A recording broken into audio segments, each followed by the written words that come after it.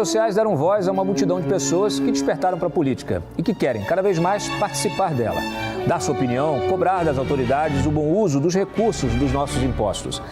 Essas autoridades, porém, não querem ser cobradas, temem ser destronadas de seus palácios. E não adianta xingar nem ofender.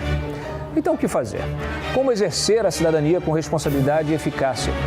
Bom, para isso, primeiro você precisa se informar bem, estudar, conhecer os meandros da República, o caminho das pedras. Meu nome é Cláudio Dantas, eu sou jornalista e passei os últimos 25 anos denunciando irregularidades e trazendo à tona os bastidores do poder. Neste canal, eu quero dividir com você a minha experiência, te ajudar a mudar o país, restabelecer o Estado democrático de direito e deixar para as próximas gerações, como legado, uma sociedade livre e próspera. E eu não estou sozinho.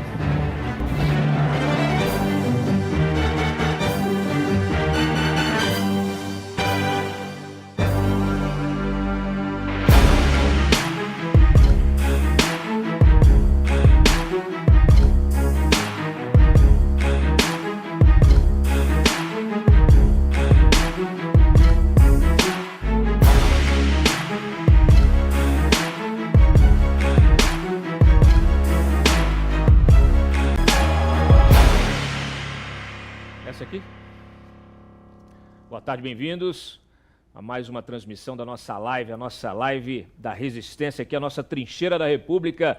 Hoje é um grande dia, muita gente aí comemorando já desde cedo a vitória de Donald Trump. Ontem fizemos um programa todo a respeito das eleições americanas, com grandes análises e com a previsão de vitória de Trump, que acabou se confirmando.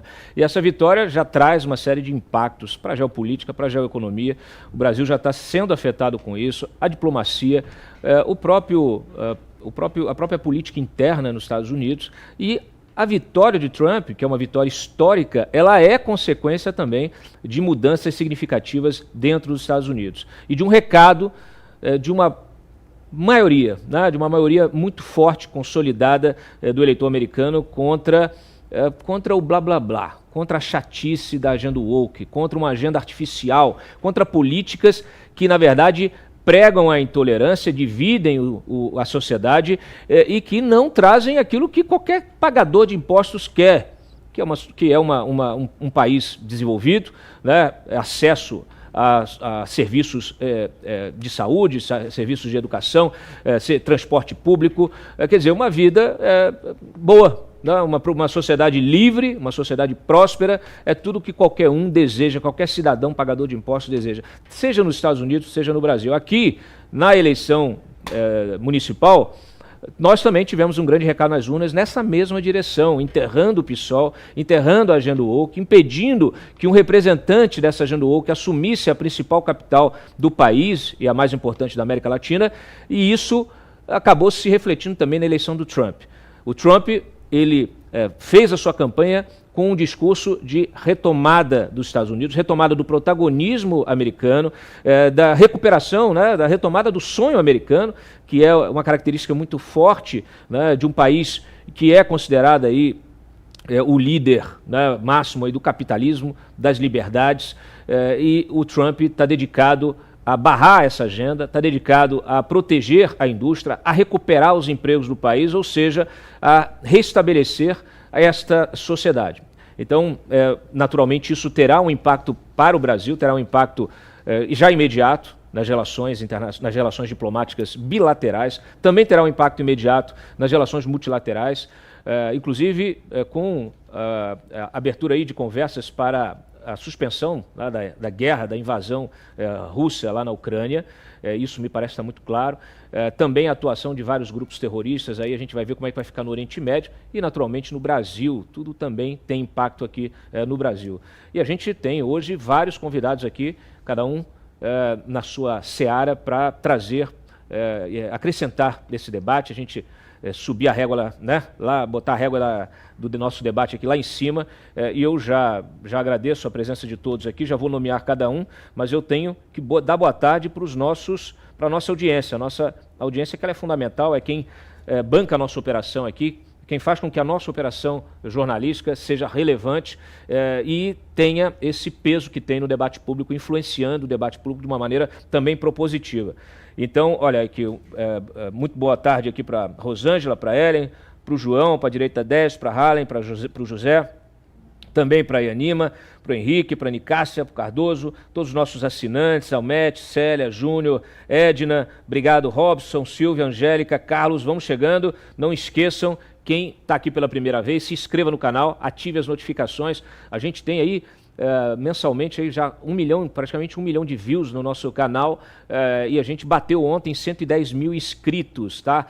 Isso significa que o nosso engajamento, o engajamento do nosso espectador é muito mais alto proporcionalmente do que a maioria dos canais. Eu diria até de que boa parte, quase todos os canais de política do Brasil. Significa que quanto mais a gente aumentar o número de inscritos, mais relevância a gente vai ter, mais audiência a gente vai ter e mais influência a gente vai ter. Então, se você está aqui, se inscreve no canal, ativa as notificações. Se você quiser também apoiar esse projeto, está aí o QR Code, você vira membro do canal. Também ali no QR Code você tem acesso aos nossos canais no WhatsApp, no Telegram, todas as nossas redes sociais. Se você quiser também fazer um Pix, investir nesta operação, eu agradeço e desde já peço a todos que quem quiser fazer pergunta, fazer superchat aqui no chat do YouTube, fique absolutamente à vontade. Agora vamos aos nossos convidados. Juan, do Ranking dos Políticos, mais uma vez, parceirão nosso aqui. Muito obrigado pela tua presença. Eu que agradeço, Cláudio. Uma boa tarde a vocês que nos acompanham. Boa tarde, Cláudio. Mais uma vez, uma honra estar aqui. Falar com independência é raridade nos dias de hoje e certamente esse canal faz esse trabalho com brilhantismo. Num dia em que a democracia foi ouvida e a democracia fez sua voz ser ecoada de uma forma muito grandiosa.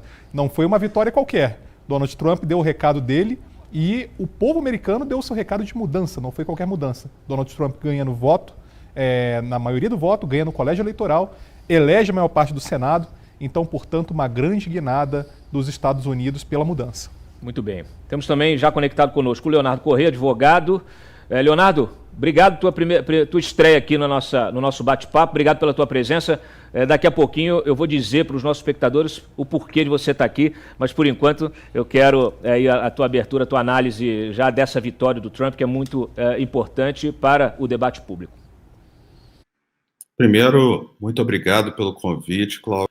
É ótimo estar em algum lugar que tenha a possibilidade do discurso plural, com liberdade. O fenômeno Trump é uma consolidação do poder voltar para o povo, para a democracia.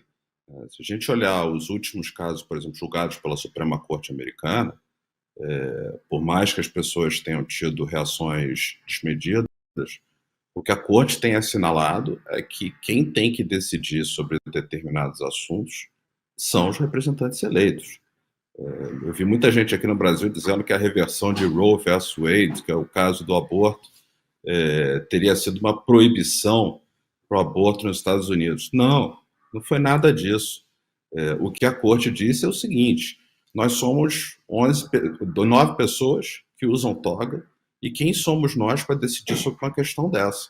Essa é uma questão que tem que ser decidida pelo povo. Então a Corte saiu da posição de tomadora de decisão e devolveu a matéria para o cidadão, para os indivíduos discutirem e livremente chegarem a uma conclusão. Então o fenômeno da eleição dele é uma resposta a um comportamento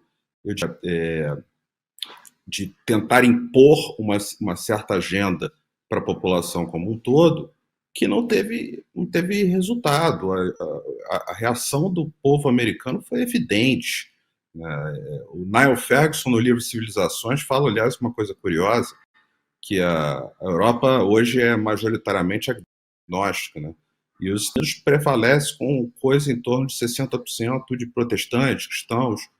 Então tem que lidar com os valores dessas pessoas. A gente não pode simplesmente impor agendas porque gostamos disso, porque temos curso superior, porque temos alguma coisa. Não, o povo tem que ser falado. Exatamente. Cada vez mais essa necessidade de se olhar para o eleitor, né? Ouvir o povo, ouvir quem é que manda, né? Não adianta realmente ficar tentando estabelecer agendas artificiais contra a maioria. Quero também dar as boas-vindas aqui o Carlos Suslik, que já está conosco?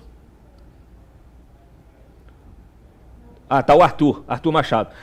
Arthur, obrigado pela tua presença aqui mais uma vez. Você que é um empresário que é muito dedicado, é um internacionalista, né? Alguém que está realmente sempre viajando pelo mundo, dedicado a esses grandes temas, aos temas geopolíticos, geoeconômicos. E você, como é que você viu aí essa vitória? Já te dando também as boas-vindas aí, o seu regresso à nossa live aqui.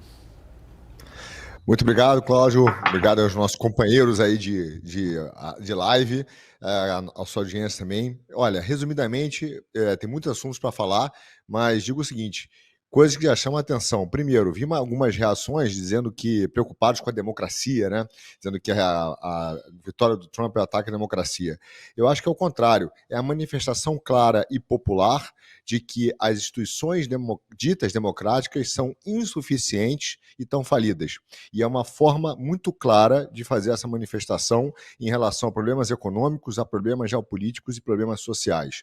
Essa, para mim, é a primeira grande resposta, porque a campanha da Kamala foi bancada, né, foi aplaudida pela mídia e também pelos grandes artistas, como às vezes acontece no Brasil, né? Então você teve Taylor Swift, teve Kamala's Bratz, e mesmo com tudo isso, o povo olhou para questões reais, uma necessidade real das coisas do dia a dia.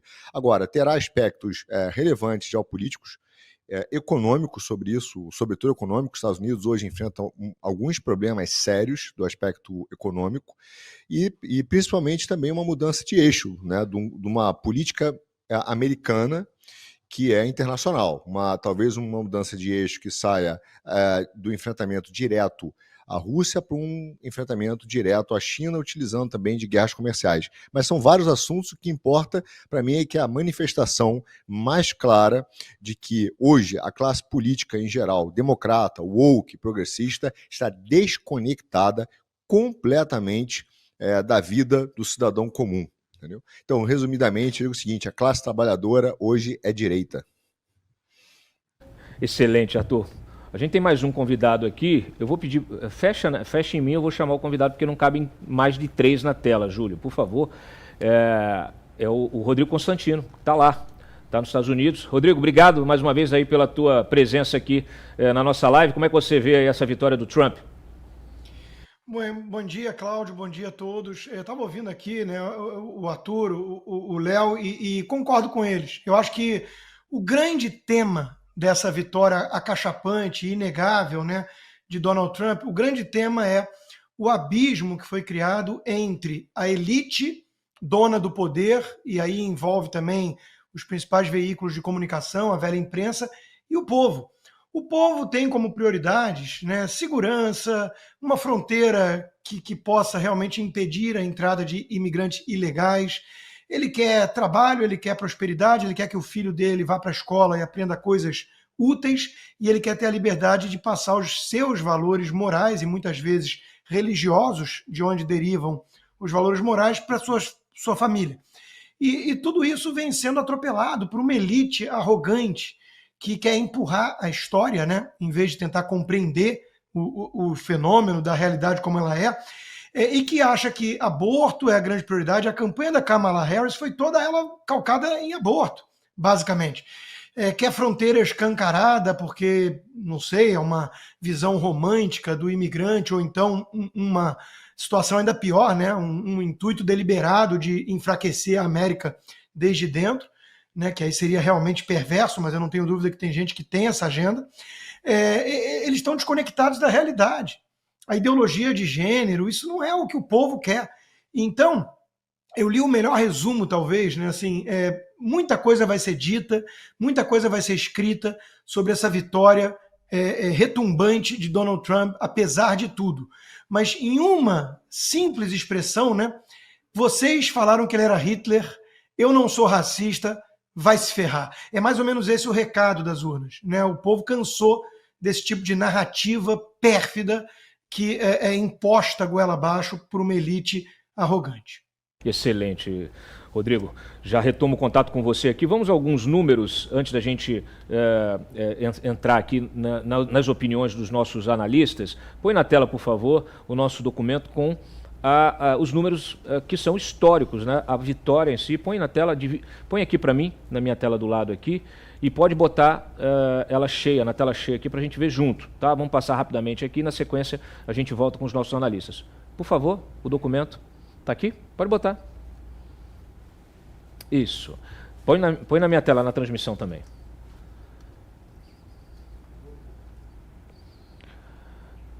Ok? Júlio. Estou dando um pouco de trabalho para você a mais hoje, porque a gente tem mais convidados hoje. Não, volta para o primeiro slide, está aqui, ó.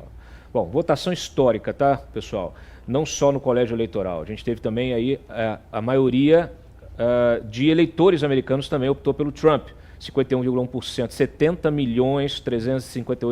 70.358.521 votos, tá? Essa é uma vitória, inclusive, que ele não teve em 2016. Pode baixar?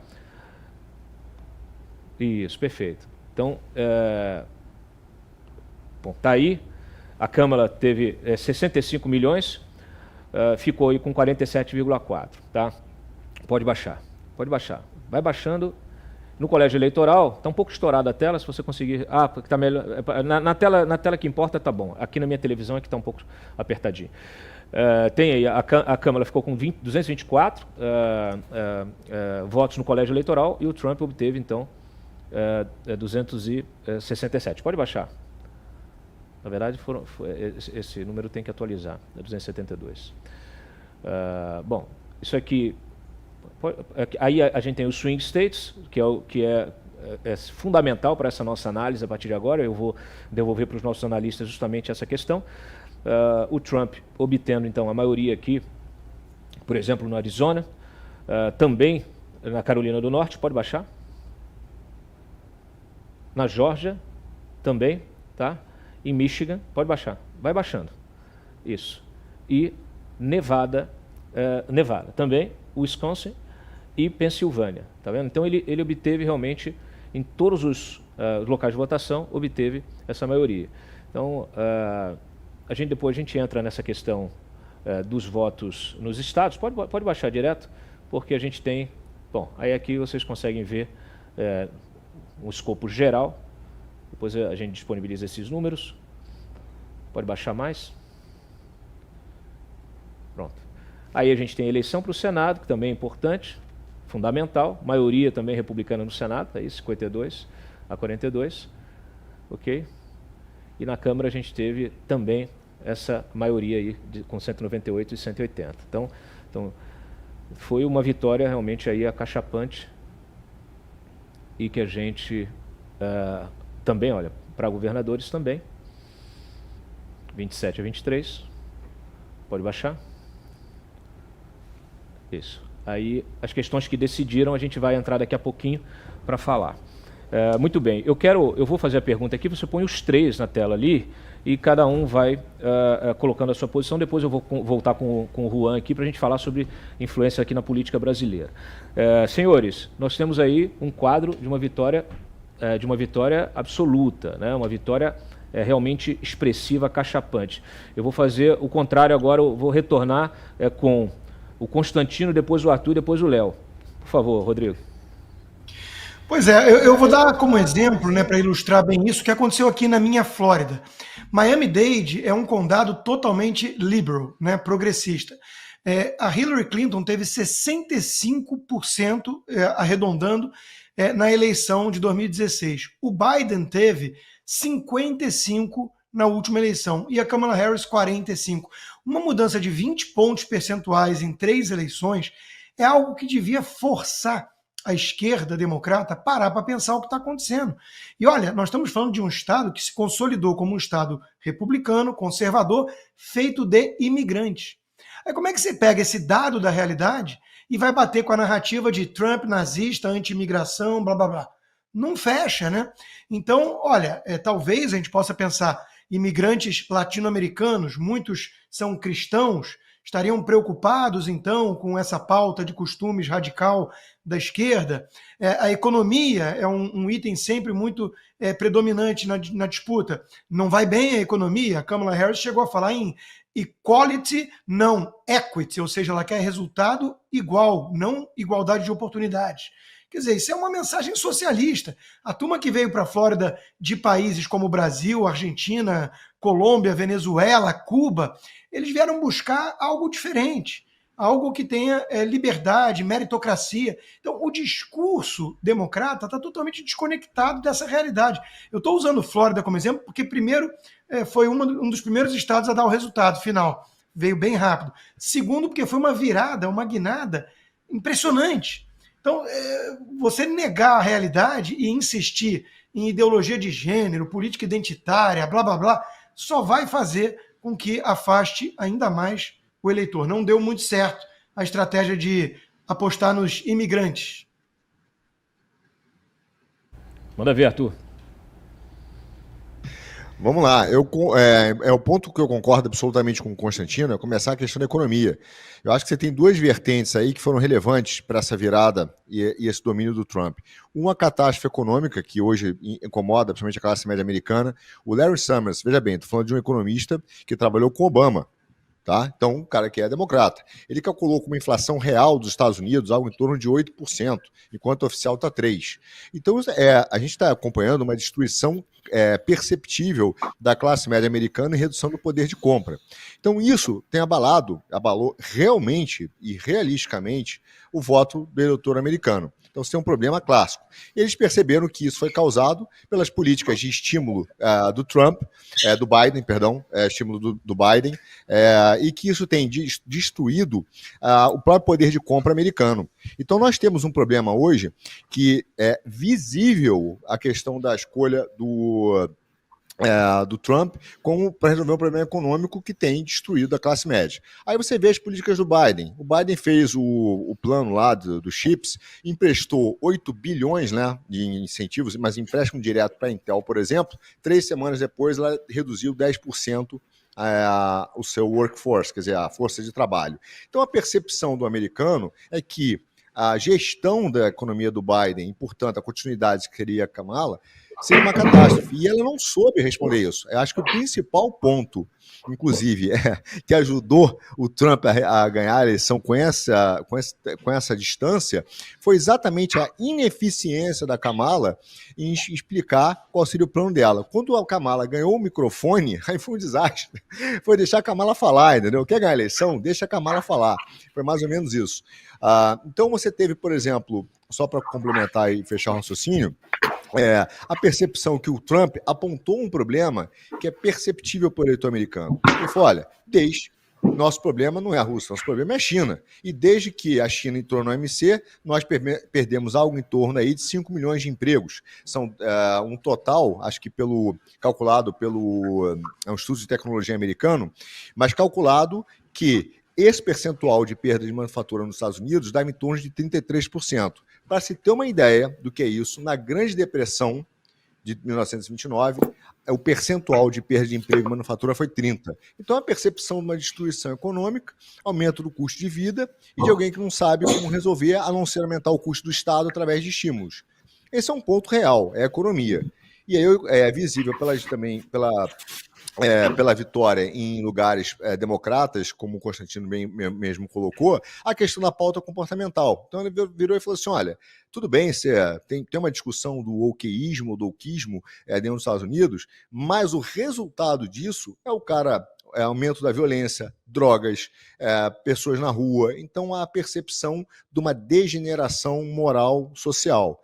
Então eu vejo que a resposta ao Trump é o seguinte, podem fazer a propaganda midiática que vocês quiserem, mas eu quero uma economia que funcione, né? A ideia de reindustrialização americana é importante e eu quero segurança e padrão social e moral. Então, eu vejo desta maneira como as vitórias, inclusive em lugares democratas, porque ele fala, olha, dessa maneira nós vamos estourar. Então, eu sinteticamente vejo uma resposta clara do povo americano envolvendo esses dois itens, né? Economia e a volta de um padrão moral que represente os Estados Unidos. Muito bem. Léo, pode seguir. Eu concordo com os dois. Eu só queria fazer uma provocação com o Rodrigo, que eu não sei se, de fato, é uma dissociação do povo ou se, no fundo, é o transatlântico da importância. Ele não para automaticamente, ele continua correndo. A gente viveu aí uma quase revolta de Atlas de Ayn Rand acontecendo nos Estados Unidos, o que é uma coisa chocante, e eu acho que eles se sentiram ainda poderosos, como os saqueadores no livro da Rand, e continuaram perseguindo os caminhos que não iam para o melhor fim. Infelizmente, é assim que acontece, ou felizmente, né? Porque a nossa sorte, que somos defensores da liberdade, são os erros, né? O Milton Friedman que dizia, graças a Deus que o Estado gasta bastante, porque nós ficamos atentos para não deixar que ele fique gigante e tome conta absolutamente de todos nós. Bom, deixa eu aproveitar. Juan, você quer fazer uma parte em relação a essa questão, assim, essas razões? Você concorda com os nossos convidados aí? Você está nessa mesma página? Plenamente de acordo, e isso dialoga muito bem com o que vivemos no Brasil, né? Não dá para a gente negar o que acontece no entorno. Vivenciamos isso nas eleições brasileiras, onde justamente essa agenda, a agenda woke, toda essa agenda identitária, ela foi varrida para debaixo do tapete. A gente percebe que a população ela não quer debater isso, ela quer debater justamente as causas reais e os problemas reais da situação daquilo que a gente vive. O recado está muito claro, por isso os analistas aí muito bem colocaram. E isso vem de uma forma muito avassaladora, né? Não à toa, o Trump ele vence no colégio eleitoral, ele ganha na maioria dos votos, ele elege a maior parte do Senado, vai ser um mandato para ele mais tranquilo do que ele vivenciou ao longo de 2016. As senhas estão muito claras até para o Brasil do que vivenciaremos ali até 2026 e também em 2026, mas aí a gente debate isso mais adiante. Deixa eu aproveitar e já puxar para o Brasil aqui rapidamente, porque o Lula também parabenizou a vitória. Demorou um pouquinho, né? Acho que ele acordou tarde. Eu acho que não foi ele, eu acho que o assessor dele estava pensando muito bem nas palavras que iria colocar pegou ali. Pegou o Twitter lá e ele mesmo tweetou, o Carluxo do Lula.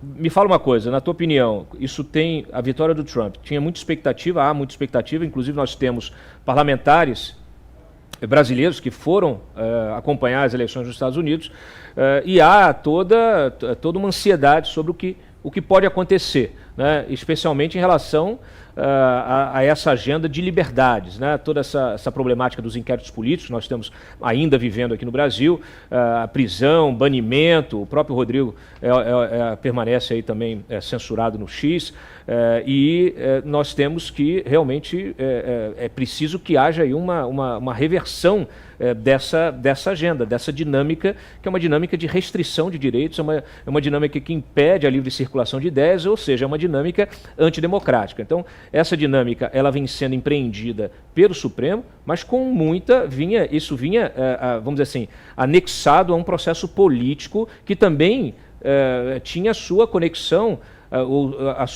o seu apoio internacional, especialmente em função do governo do Biden. Justamente toda essa agenda, a gente viu isso acontecer nas eleições, vimos aqui, vivenciamos visita durante a campanha, visita ao secretário de Defesa, tivemos reuniões internacionais também nos Estados Unidos com autoridades brasileiras, a gente viu a pressão, o assédio político, diplomático e aqui dentro o judicial no curso das eleições de 2022. Então, há muita expectativa sobre como reverter essa expectativa, o impacto que isso vai ter, inclusive para discussões como a própria questão da anistia, que sofreu aí também um abalo na sua dinâmica quando o Arthur Lira criou uma comissão especial e tirou da CCJ. Juan. Perfeitamente, não dá para dissociar isso.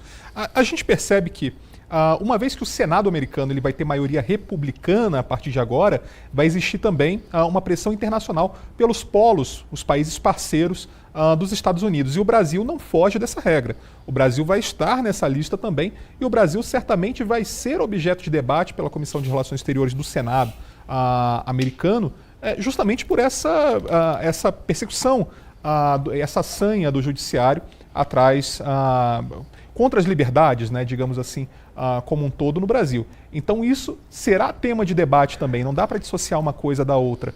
Para além disso, a gente tem os aspectos econômicos. Hoje o dólar resolveu disparar muito também, sim, fortalecido pela eleição americana, mas não só por isso. a gente tem um presidente brasileiro também que não está afim de fazer reformas, que adia suas reformas, os cortes de gastos. Ele diz que não pode falar em corte de gastos. Então, que é absurdo até em certo ponto. Mas agora Lula vai ter que dançar conforme a cartilha também. O Brasil, hoje, o principal parceiro comercial não é mais os Estados Unidos, é a China. Mas não dá para dissociar o que temos no entorno. É um importantíssimo parceiro comercial, é um importantíssimo país que nós temos aqui nas Américas e o Brasil bebe muito dessa fonte. Então, naturalmente, Lula também vai ter de sentar, vai ter de negociar com Donald Trump e fazer as reformas que são necessárias no Brasil.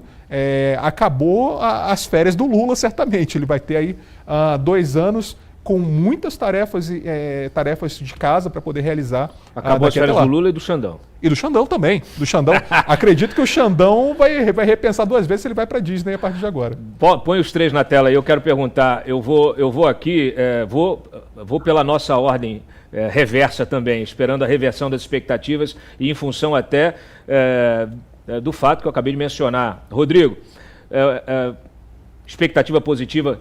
Você que acompanha aí, que tem conversado com muita gente, com lideranças políticas, que inclusive trouxe informações, até antecipou informações sobre esse processo nessa comissão temática que nós tivemos, que explorou, né, esses vazamentos do X, essas ordens ilegais que eram encaminhadas sigilosamente para o Twitter, antes de virar X, depois para o X. Quer dizer, você acompanhou isso de muito perto, você foi vítima, é vítima também desse processo, como eu também sou aqui, mas você ainda mais. Eu te pergunto, qual a expectativa, o que a gente pode esperar desse debate sobre liberdades daí dos Estados Unidos para cá?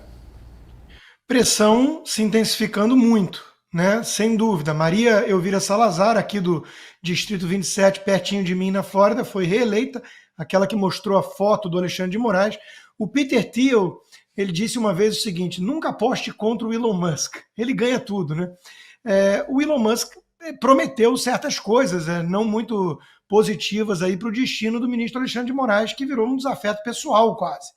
Né? Então, eles agora estão com a faca e o queijo na mão, como a gente diria. Eles têm o Senado, eles provavelmente vão ter a Câmara, eles têm o Supremo, eles estão com os instrumentos de um poderoso Estado para reagir a esse momento tão delicado em que vive o Brasil, que é mais um país, e o mais importante da América Latina, indo para o rumo do Foro de São Paulo, do comunismo, do abismo, né, da censura. A Mônica Bergamo tentando já dar um tom de naturalidade, talvez mandando recados, né? Já disse hoje que antes da abertura da sessão do STF, ministros fizeram piada, quem vai perder o visto antes. Eu não acho que eles estão tão tranquilos assim. Eu não acho, por exemplo, que a publicação do presidente Lula foi uma publicação republicana, de quem reconhece a importância da democracia e com dignidade parabeniza o nazista, né? Porque ele disse um pouquinho antes que era o nazismo com nova cara. E logo depois ele parabeniza o nazista, aquele que é o democrata defensor de Cuba e Venezuela, né? Então é óbvio que não é republicanismo, é preocupação. Em que pese o ministro Padilha ter dito que o Trump vai se arrepender se vier para cima do Brasil, né? A formiga gritando com o elefante, mas eu acho que o governo está preocupado sim. O Itamaraty está tenso, porque o Brasil virou eixo do mal, Dantas. O Brasil está flertando com o Irã abertamente, com grupos terroristas no Oriente Médio, é uma coisa insana o que está acontecendo com o Brasil. E os Estados Unidos agora estão a partir do ano que vem, estarão no poder aqueles que entendem esse jogo e estão indo para cima. Outro ponto, só para fechar, né, a Folha de São Paulo já coloca: como a conta de Elon Musk domina o X com apoio de Trump e posts enganosos. Não tenha dúvida que o establishment não vai recuar apenas e ficar olhando o que está acontecendo, permitindo a direita participar do jogo. Eles vão tentar intensificar, e tem alguns tirando já essa lição. Se existisse um TSE nos Estados Unidos, se ao menos um Alexandre de Moraes estivesse lá para colocar ordem na bagunça, isso não teria acontecido. Então eles vão para cima, tentando regular, tentando censurar ainda mais, só que é um embate contratado. Do outro lado, agora temos uma nação muito poderosa de olho nisso e tentando reagir. Você acha que é possível que realmente avance uma investigação interna sobre eventual interferência da diplomacia, do próprio aparelho, da própria máquina pública no governo do Biden, nas eleições brasileiras? Você acha que isso, porque era isso que se avizinhava naquela discussão que estava tendo no Congresso em relação a todos esses escândalos, né? Houve uma demanda de informações para o Departamento de Estado, até das trocas, né, de comunicação, né, entre o Departamento de Estado e a Embaixada Brasileira. Quer dizer, há essa expectativa sobre uma possível investigação que possa chegar a demonstrar essa interferência do governo, da gestão Biden nas eleições brasileiras. Você acha que isso tem chance de ir para frente ou o sistema se recompõe e fala assim, não vamos mexer nisso não, deixa para lá, o Biden já está aposentado mesmo, vamos em frente? O establishment vai tentar amortecer, mas eu acho que tem chance sim, Dantas. Primeiro que é um crime, né, previsto nas leis americanas. Segundo que, por exemplo, o senador Ted Cruz foi reeleito no Texas, estava bem apertado ali para ele antes nas pesquisas. Ele foi reeleito, ele é um que está inconformado com aqueles navios iranianos aportando no Brasil. Então, sim, eles querem entender se o governo Biden, se os Estados Unidos da América ajudaram de alguma forma a jogar o Brasil no colo da China e da Rússia, do eixo do mal. Então, eu acho que vai vir, sim, uma investigação aí, né? De novo, maioria republicana na Câmara, provavelmente, e no Senado, já confirmado, eles vão para cima, sim. Eu não acho que é brincadeira, não. Eu acho que eles querem impedir que isso volte a acontecer. Deixa eu aproveitar aqui e apresentar a vocês o Leonardo Correia. Eu, na sexta-feira, estava conversando aqui também, a gente estava fazendo um bate-papo com o Hélio Beltrão, e ele me contou aí, no meio da nossa conversa, ele me contou que havia uma iniciativa de uma organização, de se organizar um grupo, né, uma associação, um instituto, não deu para entrar em detalhe, mas algo que representasse, vamos dizer assim, a batalha pelo retorno à legalidade, né? A gente vê, por exemplo, o grupo Prerrogativas aqui no Brasil, que virou um apêndice, ou sempre foi, né, um apêndice do PT, mas que se diz formado por juristas, e defender as prerrogativas jurídicas, as prerrogativas dos advogados e a justiça. E isso não acontece na prática, a gente vê esse mesmo grupo apoiando uma agenda restritiva, uma agenda de violações, uma agenda de arbítrio. E aí surge essa iniciativa como talvez um contraponto, se restabelecer essa legalidade. O Leonardo Correia é quem está à frente dessa iniciativa, e eu quero que ele traga a experiência dele para esse debate, porque isso é fundamental justamente nessa temática, talvez mais do que qualquer outra nesse momento, que é a temática de valores, a temática das liberdades, a temática da própria República. Leonardo. Obrigado pela pergunta, Cláudio. Eu fiz meu LLM nos Estados Unidos, na Universidade da Pensilvânia. E quando eu estive lá, eu participei da Federalist Society. A Federalist Society é uma organização de advogados, estudantes de direito, que são conservadores ou libertários, e ela buscou juntar essas pessoas, porque o universo jurídico é muito contaminado pela ideologia progressista. E muita gente se sente acuado, se sente até meio que uma minoria dentro do ambiente, fica quieto, não fala nada. E a ideia é você poder ter um espaço para essas pessoas falarem e um espaço em que a gente possa tentar retomar o direito. Eu diria que o Brasil hoje está muito parecido com como estava os Estados Unidos no final da década de 70, início de 80, quando você tinha uma corte altamente progressista que julgou e criou lei, ignorou dispositivo legal, sucessivamente, como se a corte fosse um remédio pela incompetência do legislador. A nossa ideia é defender basicamente 3 princípios. 1, o Estado é feito para proteger a liberdade. 2, a separação de poderes é essencial para a Constituição. E 3, a função dos juízes é dizer o que a lei é, não o que eles acham que ela deveria ser. Então, essa é a nossa ideia. A gente tem um grupo super legal junto. A gente não quer fazer uma oposição sistemática aos progressistas, ao contrário de quem nos exclui do debate. Nós queremos incluir, porque a gente acredita que o debate discute e decide, né? E teremos, obviamente, alguma atividade mais ativa perante o judiciário, como amicus curiae, ou assim que a gente tiver legitimidade também para tanto, de modo que a gente enderece essas 3 pautas, porque é fundamental que a nossa associação não gere uma dispersão. O risco de, eventualmente, defender pontos que são caros aos conservadores e não são aos libertários é criar uma cisânia, e aí a coisa não funciona. Esse foi o segredo do sucesso da Federalist Society nos Estados Unidos, que começou em 82. Eles Excelente. demoraram quase 30 anos para Deixa mudar eu- o cenário. Deixa eu pegar como gancho que você está falando, porque, inclusive, o próprio Constantino ali mencionou, né, o pessoal da esquerda democrata, né, a gente vê, e aí eu vou passar para o Arthur também, conhece bem o tema, hoje você tem uma produção acadêmica nos Estados Unidos muito forte, até daqueles ativistas históricos, progressistas, o pessoal que defende os direitos civis, movimento antirracista, uma produção acadêmica e uma resistência a essa agenda woke, quer dizer, uma produção crítica a essa agenda woke, dizendo como essa agenda que prega a intolerância, fingindo pregar a tolerância, a inclusão, ela prega o contrário, ela prega a intolerância e a exclusão, e ela está destruindo até as conquistas sociais que foram obtidas por esses movimentos ao longo da história americana, que é muito mais clivada nesse sentido aí.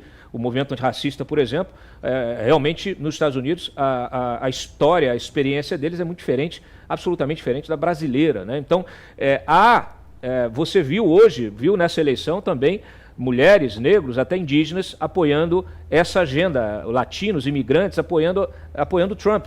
Arthur, tua avaliação, pode inclusive dar esse contexto em relação ao que você acha dessa iniciativa aqui no Brasil, também se o Constantino depois quiser fazer a sua apreciação. Então, Cláudio, eu acho que ela é essencial por um motivo que é, para mim, muito claro, antes de falar da questão do intervalo aí do wokeísmo, é que existe uma batalha hoje, quase que uma guerra civil judicial, que tem sido feita não só no Brasil, mas ela se estendeu para o mundo. Você pega o caso do Trump. O Trump, por exemplo, sofreu o que a gente chama de mega processos ou assédio judicial, que é uma tentativa, através da utilização do judiciário, de criar ou enterrá-lo com uma série de processos criminais, um número inúmeras ações da área criminal, e enterrá-lo também em contas, né, de advogados criminalistas, ao mesmo tempo com inspeções da Receita Federal, que é aquele negócio clássico de um sistema comunista, stalinista, que utiliza o Estado além das suas funções. Mas isso não foi só com Trump. Se você olhar esse movimento, por exemplo, na Europa, você pega o que aconteceu na Alemanha. A AfD teve uma votação expressiva, ganhou, cresceu e tomou regiões como a Turíngia, a Bavária, e ficou na frente de partidos de centro-direita, e ganhou de lavada de partidos como os sociais-democratas e o Partido Verde, que é do atual primeiro-ministro alemão, que é o Olaf. Enfim, o que esses caras fizeram e pediram a quem? Ao Supremo. Eles entraram com um pedido constitucional, né, pedindo para que houvesse o banimento da AfD da política, baseado na questão que eles seriam da turma aí do bigodinho. Mas, enfim, então é uma tentativa de banimento. Aí, quando você vai ver as pesquisas sobre isso, em relação ao que a população alemã acha, você tem que uma esmagadora maioria não aceita, não acha que o banimento seja uma medida razoável. Acho que ele não deveria nem ser pensado. E dentro do Partido Verde e dentro do Partido Social Democrata, você também tem pessoas com números relevantes que são contra esse tipo de banimento. Aí você fala, bom, se foi na Alemanha, vou dar um exemplo aqui, em Lisboa. Algum tempo atrás, algumas semanas, teve um caso muito parecido com Black Lives Matter, com aquela a construção clássica, né, dos temas progressistas, que é um imigrante, ele foi parado numa revista, aparentemente ele correu, fugiu, a polícia foi atrás, ele apresentou uma faca, né, tentou uma faca e morreu com um tiro da polícia. Naquele momento, semanas depois, aparece quem? Uma ONG de combate ao racismo, de proteção aos imigrantes, dizendo que o caso era um caso de racismo. Bom, isso gerou uma polêmica, teve as suas manifestações, aquele movimento clássico que você vê em vários lugares. E, a partir daí, o Chega, que é o partido de direita aqui, o André Ventura, teve um posicionamento favorável à polícia. Falou, olha, os caras agiram corretamente, salvo né, algum tipo de vídeo, alguma coisa contrária, e de fato a ação dos caras foram corretas. O que fez a esquerda aqui? convocou uma manifestação, criou um abaixo-assinado com assinaturas falsas, cerca de 70 mil assinaturas, várias dessas falsas, inclusive pessoas que assinaram esse abaixo-assinado, Lenin, Mao Tse-tung e eu esqueci o outro lá da Coreia do Norte. Então você vê que eram assinaturas falsas. Então você vê qual era o pedido desse abaixo-assinado, que o Ministério Público investigasse o André Ventura por discurso de ódio. O que nós estamos vendo é a utilização pelo sistema woke do clássico, isso acontece muito no Brasil, da clássica combinação ONGs e domínio do sistema judicial. Né? Então, esse é um problema que nós temos, porque eles usam as ONGs como instrumento, né, de credibilidade ou de ação para dar legitimidade a determinadas ações. Volta e meia, no caso da Suprema Corte Brasileira, você vê que os amigos da Corte, né, geralmente, como é chamado em latim aí, a turma que eles convocam para ouvir sobre os casos, etc., eles acabam ouvindo e chamando as ONGs. Então você tem uma relação de utilização exacerbada dos direitos humanos na sua extensão, que vai muito além daquilo que ele era planejado, nas suas diversas gerações aí, e isso vai sendo utilizado como arma. Isso é uma guerra civil que tem sido feita não só no Brasil, estou dizendo que é amplo, essa utilização é ampla. E esse é um problema que nós estamos enfrentando.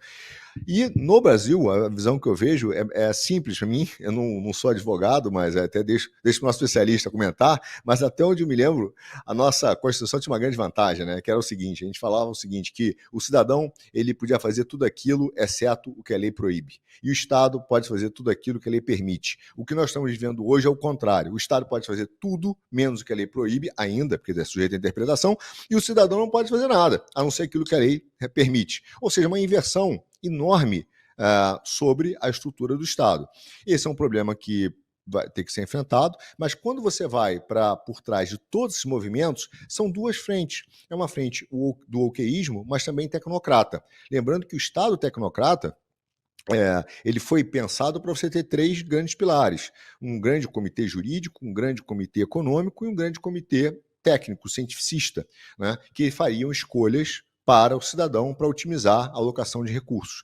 Então, esse é o modelo que você está vendo no mundo. Eu não acho que vai ser trivial, para fechar o pensamento aqui, não acho que vai ser trivial essa batalha, acho que a vitória do Trump é importantíssima, mas essa é uma batalha que ele vai ter, por exemplo, nos Estados Unidos, que enfrentar o Deep State, que tomou conta de certas engrenagens. E aí, quando você vai no Brasil, nós temos o mesmo problema, em diversas instâncias, não estamos falando apenas do judiciário na Corte Excelsa, não, nós estamos falando de uma série de burocratas e tecnocratas que, quando o presidente da República ganha, o tecnocrata burocrata, ele olha e fala, não vou fazer, não vou cumprir essa determinada ordem, manda para o TCU, joga para o Ministério Público, ele tem uma série de instrumentos que ele inviabiliza o exercício de poder do presidente da República baseado numa pauta popular. Então, como se reage a isso? Nesse ponto, só se reage com uma transformação planejada, paciente, não são com aventureiros políticos, mas também com uma reação da sociedade e da direita para se organizar em movimentos que começam a defender critérios clássicos técnicos, formar gente, pleitear, e nesse ponto a associação é absolutamente relevante, porque ela começa a ganhar um corpo técnico e de fundamento teórico e de princípios jurídicos que vão, no final das contas, enfrentar essa ausência de princípios jurídicos que existe do outro lado. Eu vou passar para o Constantino, porque ele vai se despedir da gente na sequência. Você acha... bom, se você quiser comentar também essa iniciativa, fica absolutamente à vontade, mas eu já quero encaminhar uma outra pergunta para ti, que é o seguinte, quando a gente olha hoje, olha o próprio mandato, primeiro mandato do Trump, e agora esse segundo que vai se iniciar, a gente vê não só uma situação de país diferente, mas uma situação partidária também diferente, né? Hoje você tem o trumpismo meio que dominando o Partido Republicano. Então ele faz isso com uma estrutura partidária muito mais favorável, né? E a gente sabe que quando a gente fala de Deep State, a gente fala também de substituir, vamos dizer assim, cargos, posições estratégicas. E se você não tem quadro, se você não tem partido, não tem uma estrutura até de militância, né, do ponto de vista vamos dizer assim, das pessoas que estão ali agregadas no quadro, mas que são técnicas, especialistas. Quando você não tem isso, fica muito mais difícil. Aconteceu com o Bolsonaro. Bolsonaro chegou à presidência sem nada, né, com um partido também que foi usado para se chegar lá, que depois entrou também, implodiu com questões internas. Agora você tem o Bolsonaro dentro de um outro partido, que é o PL, e eu, na última conversa que eu tive aqui com a Bia Kicis, ela falou uma coisa que eu guardei numa das minhas gavetas aqui dessa mesa, que é como é necessário que o bolsonarismo, como um movimento de massa, ele precisa naturalmente de uma estrutura partidária para se profissionalizar, para ter as fundações necessárias para poder, inclusive, formar quadros e ocupar o espaço da máquina pública quando volte ao poder, ou em qualquer instância que esteja, e que, no caso, ela acha que a melhor estratégia é ir devagarinho e ir assumindo o controle do partido aos poucos para que o PL realmente se torne um partido de direita nesse médio prazo. Eu queria a tua avaliação sobre essa questão, justamente fazendo esse contraponto, essa comparação dos dois movimentos. Perfeito, eu vou começar daí, depois eu volto sim na iniciativa que eu queria falar. Esse é um dilema, né? Quando o Bolsonaro venceu, até eu fui procurado, né? Falei assim, indica nomes bons para a equipe do Paulo Guedes, para finalmente, né? Vencemos, os liberais, os conservadores chegaram, né? Lá. E agora, né? E muita gente boa, o Paulo Guedes conseguiu montar uma bela equipe, foi por espírito público, por sacrifício pessoal, sabendo como é que é o jogo é bruto, né? Metendo processo, abrindo mão de remuneração muito mais interessante na iniciativa privada, porque são pessoas capazes, né? Não são petistas, sindicalistas.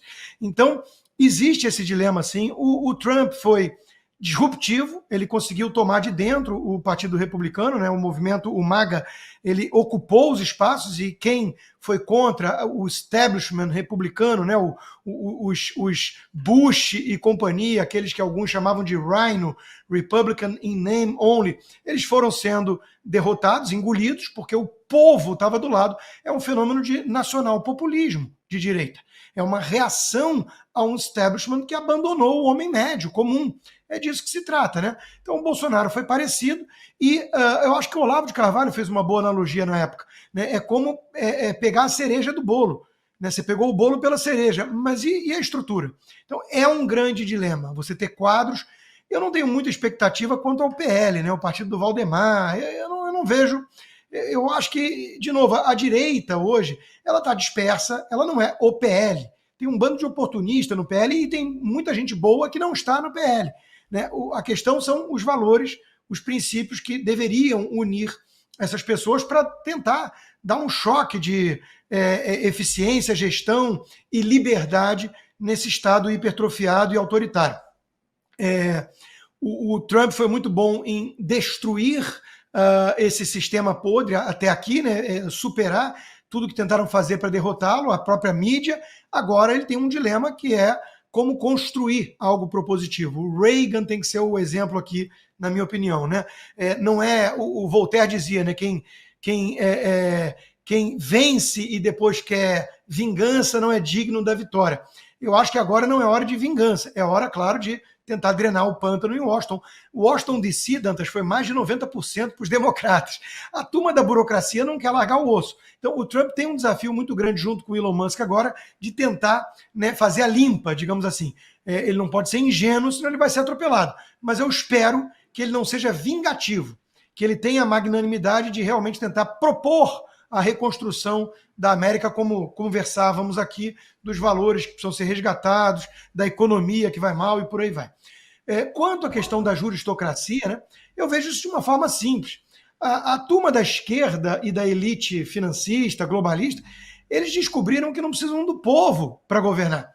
Aliás, o povo muitas vezes é um fardo, né? Vota no Brexit, vota no Trump, no Bolsonaro, o fenômeno do nacional-populismo. Então eles querem uma democracia de gabinete. E dá muito mais trabalho você ter que persuadir para suas pautas. Aqui na Flórida eu votei em 2 emendas constitucionais. Uma era de aborto, outra era de drogas. E ambas perderam, né? Não conseguiram emplacar aborto e droga na Flórida. Então, eles não conseguem convencer o eleitor. Aí é muito mais fácil você aparelhar as instituições e convencer meia dúzia de ministros ou justices, né? O Léo é um grande especialista, desde a época do LLM, na Corte Suprema Americana, é um estudioso disso, um admirador de Antonin Scalia, assim como eu, né? Indicado pelo Reagan. E nós temos que torcer para que agora o Trump consiga emplacar mais nomes. Temos 3 justices perto de aposentadoria acima de 70 anos. 3. Um deles é a Sotomayor, que é uma bem ativista aí, que foi colocada lá pela turma do Obama. Então, os 3 que o Trump indicou antes, né, foram nessa linha mais originalista, conservadora, que eu acho que é o que precisamos. Né? Na época, a discussão era a eleição que vai impactar 50 anos à frente, não 5. E agora, de novo, nós temos a chance, então, de montar um quadro na Corte Suprema Americana de gente que respeita a Constituição. E é disso que precisamos, porque isso vai contra a visão do organismo vivo, ativismo, empurrar a história, fazer justiça, uma visão meio assim Barroso, né? Então, é muito importante enfrentar a juristocracia. Esse é o grande tema do dia. Eles descobriram como governar e legislar sem Congresso e sem Executivo até. Né? Então, nós precisamos restaurar a divisão e a independência entre os poderes no Brasil mais do que nunca. Então, de novo, esse tema da juristocracia é fundamental, por isso a iniciativa, eu acho que a iniciativa que o Léo está na frente é a mesma do Marcília, do André Marcília ou não? É a mesma. É só aplauso. É gente boa, gente qualificada, com espírito constitucionalista, né? E é isso que precisamos para enfrentar aí a turma da Prerrogativas e companhia, que, by the way, está no poder e fazendo um estrago danado, eu tenho lugar de fala. E pouca gente sabe, né? O Prerrogativas tem mais poder até que o PT hoje. Ele indicou mais ministros e cargos de primeiro escalão que o próprio partido do presidente da República. Pouca gente sabe disso. Então, olha o tamanho dessa iniciativa, Léo. Por isso, até o meu esforço em tentar agregar os nossos talentos todos aqui. E essa plataforma, ela serve a isso. Você queria comentar também, você vai se despedir na sequência. Então, obrigado. Se você quiser ouvir aí, Constantino, a apreciação do Léo, mas se quiser já se despedir por causa de agenda, fica absolutamente à vontade. Com certeza eu quero. Com certeza eu aguento mais uns minutinhos. Então, pessoal, ponto fundamental, eu ouvi os comentários assim, sobre o aspecto jurídico, é o seguinte. Quando você tem juízes que podem simplesmente ignorar o texto legal, isso é uma catástrofe. E eu acho que essa é a catástrofe que nós estamos vivendo hoje. O texto legal virou segundo plano, então interpretam-se princípios, e aí os princípios são todos abertos, nenhum deles firme, e o texto legal fica relegado a segundo plano. Isso tira o limite que o legislador deu ao juiz. O juiz tem que fazer o que o legislador determinou, porque o legislador é que representa o povo. Então, quando a gente chega e entrega para os juízes a função de aprimorar a lei, ou melhorar a lei, ou não aplicar a lei, isso é muito, muito negativo, e é negativo também para a sociedade, porque a sociedade precisa aprender que não vai ter o super-homem para salvar ela quando ela votou mal e as leis foram ruins. Ela precisa aprender que tem que votar bem, e votar bem para o legislativo é fundamental, porque ali é que estão as bases todas das regras que as pessoas vão ter que viver. O Scalia, o Rodrigo estava falando do Scalia, o Scalia tem frases divertidíssimas. Certa vez perguntaram para ele por que ele seria contra o aborto. A resposta dele foi simples, ele falou assim: eu não sou contra o aborto, eu sou contra 9 sujeitos usando capa decidirem que o povo, o que o povo tem que escolher. E ele dizia o seguinte: o que é que ele aprendeu em Harvard Law School para determinar isso? A resposta dele, irônica, era: não mais do que o Joe Sixpack. Então, qualquer cidadão poderia saber, isso tem que ir para o voto. O Rodrigo estava falando que votou nesses assuntos. É muito melhor que a população vote e um tente convencer o outro do que a gente chegar a entregar essas questões mais delicadas para juízes decidirem. Juízes são especialistas, ou deveriam ser especialistas em interpretar a lei. Não mais do que isso. Quando começa a extrapolar, eles estão usurpando o poder do legislativo. Eu estava fazendo aqui uma pesquisa e encontrei um artigo do Lewandowski de 2012, em que ele começou ali a defender o ativismo judicial. Então a gente está aí vivendo há mais de uma década tomando consciência, né, agora, quer dizer, sentindo os efeitos disso, de um debate que começou lá atrás e que eles já vinham planejando, preparando, né, fazendo aí, pavimentando essa avenida. Léo, parabéns pela iniciativa, a gente vai voltar nesse tema outras vezes, quero te agradecer, você também vai precisar sair, obrigado Rodrigo, Constantino, muito obrigado aqui pela tua presença também, toda sorte aí, a gente também fica em contato, tá bom? Um grande abraço a ambos. Tá bom. Obrigado. O Arthur permanece conosco? Produção, por favor, vê se ele permanece conosco. Sim? Ótimo, legal. Enquanto isso, a gente vai organizar para entrar aqui o Suslik, para a gente falar de impacto econômico. E aí eu quero ouvir o Arthur também, porque a gente vai falar de China, vai falar de Rússia, vai falar de várias coisas ainda. Juan, você mencionou o dólar, eu estava conferindo aqui, até fiz uma consulta aos universitários aqui, o dólar turismo que está subindo muito, o oficial ainda está nos 5,70 e pouco aqui, 74, 75, mas o fato é que, claro, essa eleição, a gente tem aí um impacto, até o Bitcoin, mercado Bitcoin, eu vou perguntar para o Suslik daqui a pouco como é que o mercado está precificando essa vitória do Trump. Você, que conhece tudo os bastidores aqui de Brasília, tá o dia...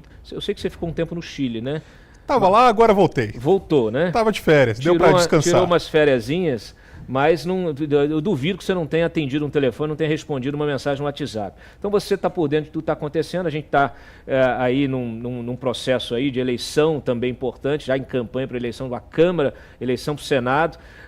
Ontem até à noite publiquei, antes da vitória do Trump, eu publiquei, quem está eleito agora é o Hugo Mota. O Hugo Mota já está eleito, já passou a régua aí, pegou praticamente todos os partidos. União Brasil deve, nas próximas horas, também estar declarando apoio. O PSD do Kassab não é burro, vai também aderir. Então a gente vai ter um candidato unânime lá na Câmara. Você conhece o perfil do Hugo Mota, será que ele tá preparado para enfrentar não só essa relação, né, esse novo contexto global com a eleição do Trump, mas também os próximos 2 anos, porque os próximos 2 anos nós temos um presidente que quer reeleição ou que quer eleger um sucessor, vai ampliar os gastos, vai meter a caneta, vai querer passar tudo quanto é coisa dentro do Congresso, especialmente lá na Câmara. Você acha que passa? Você acha que o Hugo vai conseguir equilibrar os pratos? Bom, vamos lá, um passo atrás, né? Esses partidos eles estão apoiando o Hugo Mota não porque gostam do Hugo Mota, não porque simpatizam com a plataforma de campanha que a gente nem sabe qual é ainda do Hugo Mota. Não é por isso, né? Os partidos eles têm que apoiar o Hugo Mota porque eles precisam sobreviver, né, e ter cargos na mesa, ter presidências de comissão, obter relatorias. O próprio PT está tentando negociar uma indicação ao Tribunal de Contas da União. Então tudo isso acaba girando em torno de uma candidatura única que força com que o Hugo Mota de fato deslanche ali para a presidência da Câmara dos Deputados. Preciso lembrar, Hugo Mota, caso eleito presidente da Câmara, ele vai se tornar o presidente mais jovem da história da República da Câmara dos Deputados no Brasil. Mas é um parlamentar que já vem de uma família política, ele já vem na esteira política há muito tempo, tem tradição familiar, ele é líder do Republicanos, que não é um partido desprezível, muito pelo contrário, é um grande partido ali de médio a grande porte dentro da Câmara dos Deputados, ele tem sido líder já há algum tempo, então ele já tem uma experiência nesse cargo. Hugo Mota sendo eleito presidente da Câmara representa uma continuidade do que Arthur Lira implementou ao longo dos seus 4 anos de mandato. Então, fortalecimento de emendas, altivez da Câmara dos Deputados perante os outros poderes da República, não vai ser só um mero carimbador do Palácio do Planalto e do Supremo Tribunal Federal. E, para além disso tudo, é preciso lembrar que o partido de Hugo Mota é o Republicanos. Republicanos de Tarcísio de Freitas, governador de São Paulo, Tarcísio de Freitas, que também se coloca ali como um pré-candidato à presidência da República. Naturalmente, O Republicanos ele também tem uma participação no governo Lula, através do Ministério de Portos e Aeroportos, ali com Silvio Costa Filho, mas não vai ser um partido desprezível. A gente vai ter sim sinalizações de Diogo Mota para lá e para cá. Ele é um parlamentar que vota bem pragmaticamente. Quando para aumento de gastos, ele tem se colocado de uma forma contrária a maior parte das vezes, mas em algumas outras pautas ele acaba acompanhando o governo naturalmente, como tem feito boa parte da bancada governista. Então a gente pode esperar sim uma presidência de altivez, uma continuidade do que vimos desses 4 anos de Arthur Lira. Mas eu tenho que lembrá-lo que o Lira e o comando todo aí do Centrão apoiou algumas pautas expansionistas de gastos, né, do governo, né, e inclusive a primeira delas aconteceu ainda na transição, que foi a PEC do Apocalipse, sei lá, como é que chama? A PEC do fim do mundo. PEC do fim Toda do mundo. hora, no Brasil tudo é fim do mundo, é o inquérito do fim do mundo, a PEC do fim do mundo, o Brasil acaba e continua, né? Mas o fato é que no Brasil você tem Centrão, nos Estados Unidos você não tem Centrão, olha a diferença. Eu quero ouvir o Suslik, que está chegando aí conosco, que eu quero saber o impacto disso no mercado. Cadê? Ele já está conosco aí? Põe ele na tela. Põe na tela, pode botar o Arthur também. Cadê ele? Tá não? Olha ele aí. Suslik, obrigado pela tua presença aqui.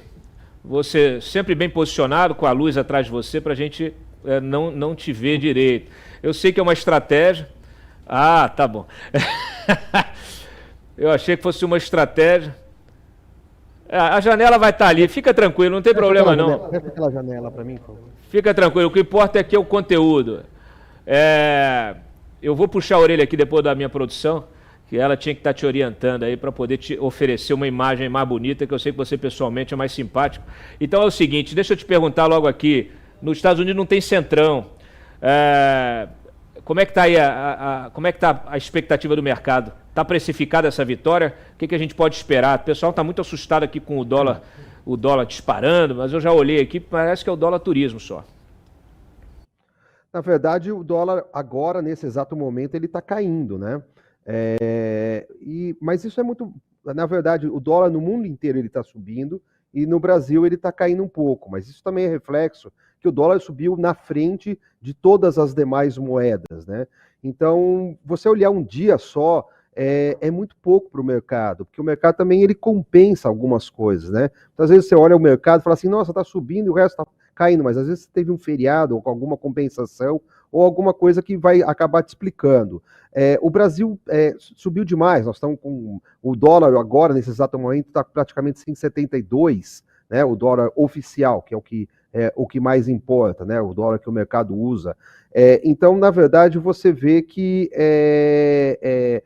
até está caindo um pouquinho, mas o dólar subiu demais, ele está muito fora por causa de fenômenos mais internos do que o próprio Trump.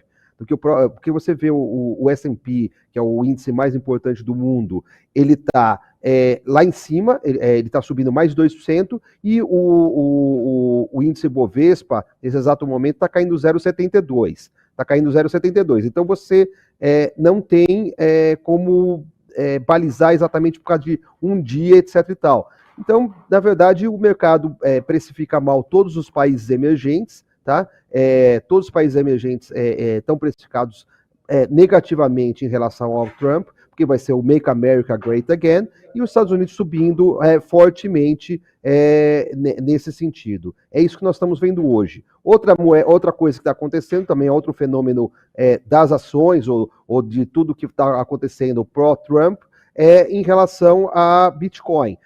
Como o Trump fez várias declarações pró-Bitcoin, então a Bitcoin também está subindo fortemente no dia de hoje. Então começou desde a noite, né? Bitcoin funciona 24 horas por dia, então o Bitcoin também é outro fenômeno que a gente está vendo subindo bastante. Então o mundo inteiro, dólar subindo, tá? Quando o dólar sobe, a cesta de commodities cai, tá? Isso é uma relação sempre inversa, tá?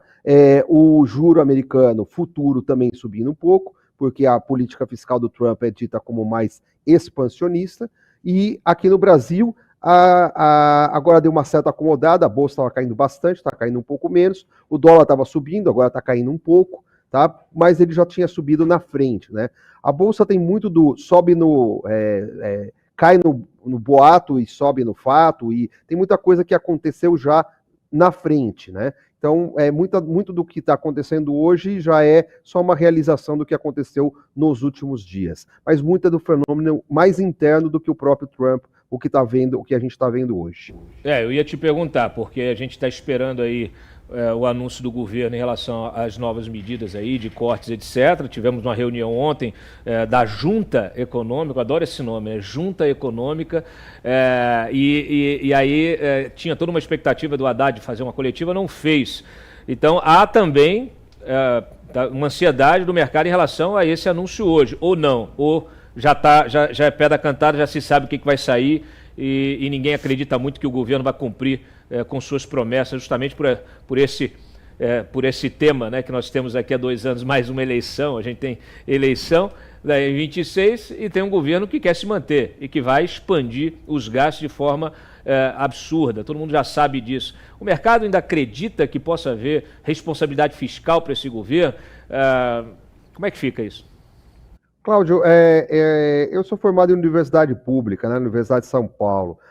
Quando você vê o pessoal de esquerda, e desde aquela época, mais de 30 anos atrás que foi formado, a primeira coisa que é feita numa reunião é o quê? É marcar a próxima reunião, né? Então tem que todo mundo ser ouvido, e aí marca, e faz, e enrola. O mercado já aprendeu o modus operandi, né? O modus operandi então o Haddad começou a reunião, então a reunião tinha o Lula, o Haddad, e apenas aí já trouxeram o ministro da Casa Civil, aí no meio da reunião, não, temos que conversar, temos que ampliar, aí trouxe a Esther Dweck, trouxe lá a ministra do Planejamento, e depois, não, vamos chamar os outros ministérios que vão ter corte. Não sei se você viu, que é meio absurdo, né? Luiz Marinho falou, não vão cortar nada do Ministério do Trabalho, porque não me avisaram. Então chama o Luiz Marinho para conversar também, e tem que ter o amplo diálogo. Então eles já estão fazendo essa pagelança há 3 dias. O mercado já aprendeu a esperar. Então, na verdade, o mercado o mercado está naquela do São Tomé, né? Então, vamos ver para crer. O mercado só vai acreditar que vai ter algum corte de gastos quando realmente o governo falar assim, bom, está aqui o pacote, aqui vai ter o corte de gastos, porque aquela história de falar assim, olha, o Bolsa Família nós vamos cortar as fraudes, na Previdência nós vamos cortar as fraudes, e aí vai diminuir o custo aqui. O mercado não acredita mais nisso. Então o mercado vai acreditar que vai ter o corte de gastos quando realmente o governo mostrar o corte de gastos. E geralmente, este governo, ele gosta de andar do lado do precipício, mas geralmente ele não se atira no precipício. Então o que o mercado está vendo é que a gente está do lado do precipício, com esse dólar que flertou os R$6, a gente ficou do lado do precipício, esse DI, que é o mais importante, viu, Cláudio? O mais importante, nossos ouvintes prestarem atenção, não é o dólar. O mais importante é a taxa de juro futura, não é a Selic, é a taxa de juro futura. Porque a Selic o governo pode controlar, porque o Banco Central vai lá, agora que é independente, controla muito menos. Mas a taxa de juro, a Selic vai lá, o Banco Central, e fala, é tanto. Mas a taxa de juros futuro, quem controla são os agentes econômicos. É todo mundo, não é história. Eu já falei várias vezes, não existe o mercado. Não existe um bicho-papão no mercado. São todas as pessoas que estão lá e acreditam em alguma coisa, tá? E isso é que impacta para as empresas, porque para as empresas, quanto mais alto a taxa de juros, mais caro é o empréstimo, mais difícil é de você fazer novos investimentos. Então, isso, as pessoas comem taxa de juros futuras. Todo mundo fala assim, ninguém come taxa de juros, ninguém come dólar. Não, as pessoas comem taxa de juros futuras, porque é como você vai comprar sua casa lá na frente, é como você vai comprar a sua motocicleta para você poder trabalhar, a sua bicicleta, é como você vai financiar as suas coisas. Então as pessoas comem taxa de juros futura. E ela chegou a 13%, é um absurdo, é caríssimo, tá? E isso daí é culpa do governo. É ele que fez com que todo mundo falasse assim, vocês não param de gastar, então isso aí vai ter mais inflação. Se vai ter mais inflação, vai ter mais juro, ponto. Então, o juro futuro hoje chegou a mais de 13 de novo e agora baixou. Por quê? Porque estamos no beira do precipício. Então o mercado começou a acreditar, dar um benefício da dúvida de que vai haver algum corte. Mas se continuar essa história de vou chamar mais um ministro, vou chamar mais outro, vamos conversar, vamos não sei o que, e depois vier a ladainha do eu vou cortar as fraudes, aí o mercado vai voltar e vai começar a subir tudo de novo. Muito bem.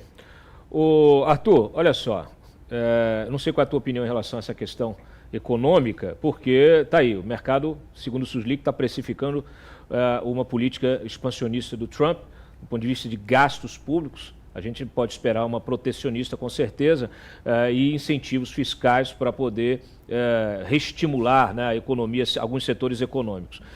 Só que isso, claro, a economia brasileira, a economia americana ela tá associada a vários outros itens desse cardápio, né?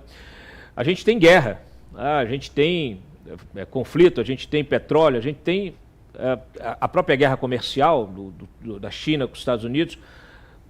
Qual é a tua avaliação? Tem muita gente dizendo que o Trump vai conseguir já suspender a guerra na Ucrânia, que os grupos terroristas vão suspender suas atividades também. Você que também é um estudioso de Rússia, eu quero a tua avaliação mais geral desse contexto econômico. Ok, vamos lá, Cláudio, que essa discussão é boa e é complexa. Vamos começar pelo que o Suslik falou da questão do próprio expansionismo que o mercado está precificando em relação ao Trump. Veja bem, não é nem o Trump, isso é inevitável. Houve a reunião da Câmara lá do Congresso, que é uma comissão que faz o orçamento, né, do Estado americano, e eles previram já uma expansão de gasto para o ano que vem e uma projeção para alguns anos, e que já vai atingir algo em torno de 6,4% do PIB. Pela primeira vez, a importação de bens de capitais nos Estados Unidos, a primeira vez, entre parênteses, né, tem um ponto, desde a Segunda Guerra Mundial, ela será maior do que o PIB.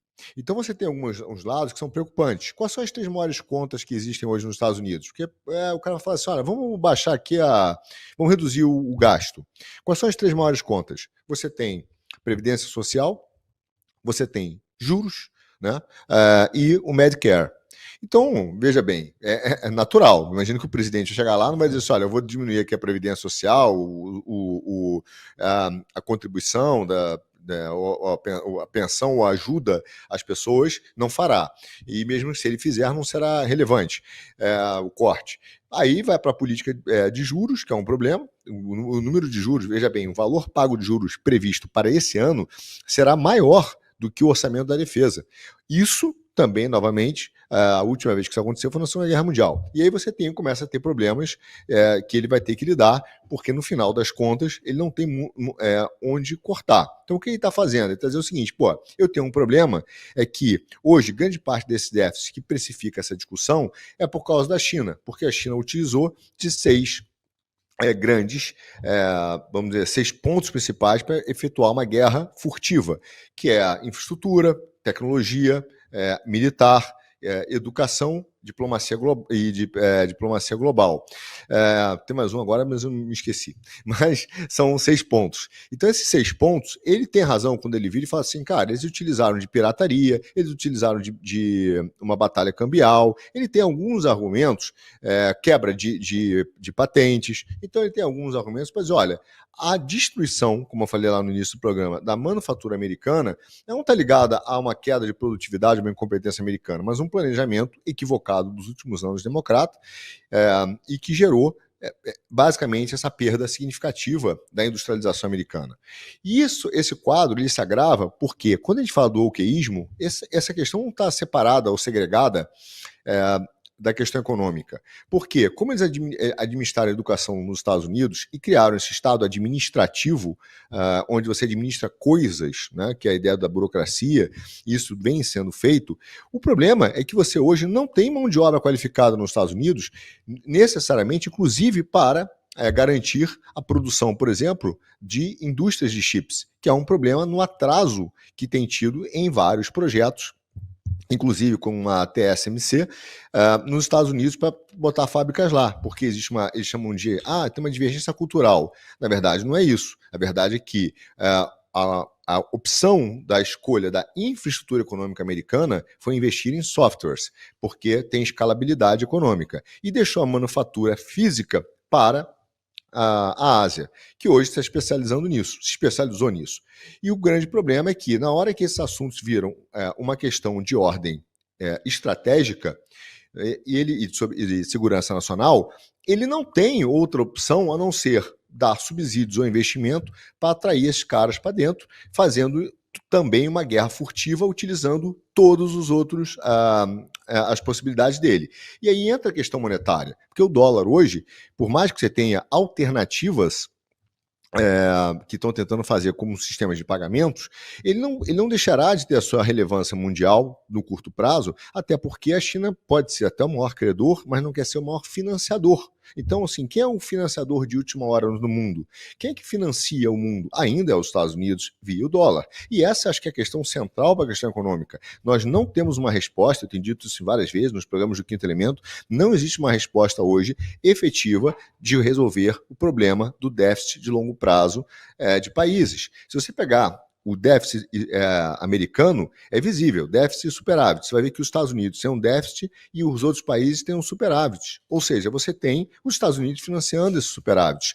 Na hora que ele fala, vou parar de usar o dólar, quem é que vai fazer isso? Não tem. Então, é uma equação hoje muito profunda, com uma discussão econômica que é complexa.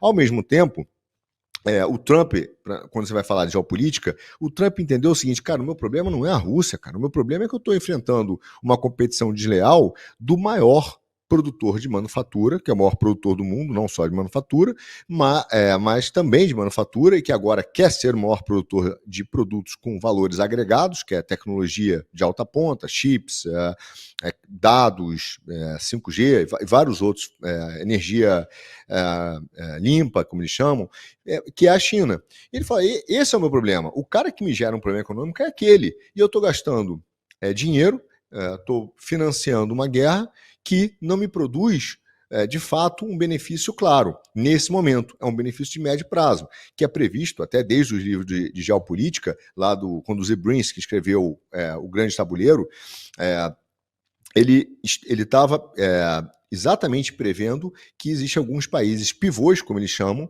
e dentro desses países, são 6, mas dentro desses dois, dentro de 6 tem 2 que são absolutamente estratégicos, a Ucrânia e o Irã. É onde os democratas começaram a tentar conquistar, mas se atrapalharam na forma de fazer isso. Jogaram a Europa numa crise enorme, a Alemanha está com uma recessão de 2 anos, basicamente a Volkswagen já avisou que pela primeira vez na história vai fechar algumas fábricas na Alemanha e vai demitir gente. A própria Associação de Montadoras da Alemanha prevê que isso atinja de 130 a 230 mil empregos, o que é devastador, e a Alemanha é o motor da Europa. E aí vem o Mario Draghi, que foi primeiro-ministro da Itália e hoje está nas comissões europeias, fez um relatório de competitividade e falou o seguinte, olha, nós temos alguns problemas, né? Não são poucos, mas o mais latente é que o custo de energia na Europa é de 5 a 6 vezes maior do que o dos Estados Unidos. Então nós temos um problema energético grande. E para que nós possamos enfrentar esse aumento de produtividade, para a gente poder ser competitivo, vamos precisar de nada mais, nada menos que 800 bilhões adicionais por ano para poder enfrentar, fazer as transições energéticas, etc. E aí você vê do outro lado lá os Estados Unidos virando o maior produtor de óleo do mundo, o maior vendedor de gás, né? 10% aproximadamente do crescimento americano dos últimos 6 anos é explicado pelo aumento da venda de gás e de óleo de xisto, ou seja, pela revolução energética. Então você tem problemas que hoje o Trump vai ter que enfrentar, e que para mim ele está dizendo o seguinte, cara, eu não quero gastar isso, eu não quero gastar, meu problema é a China, meu problema é a batalha comercial com a China que eu preciso resolver. Então, esse é o tamanho do nó que ele vai estar sentado. Eu acho que o desafio do Trump econômico é enorme, absolutamente enorme. Quem mandou o Lula declarar a China economia de mercado, né? Pouca gente lembra disso. Suslik, hoje a tua participação vai ser menor, mas a gente combina outro dia também. Mas você tem algum comentário para fazer dessa apreciação do Arthur? Porque a gente está muito interessado aqui, eu até estava conversando com o Juan aqui do meu lado, sobre essa agenda de supostas reformas que podem chegar no Congresso e a expectativa disso. Qual é o sentimento, até Juan, antes de passar para o Suslik, qual é o teu sentimento em relação a essa agenda? Sai, não sai? Isso tem tração dentro do Congresso? A gente está chegando, já estamos em novembro, daqui a pouco é recesso. Esse ano dificilmente, né? Esse ano o Congresso Nacional está concentrado em terminar a reforma tributária, né? A segunda etapa da reforma tributária.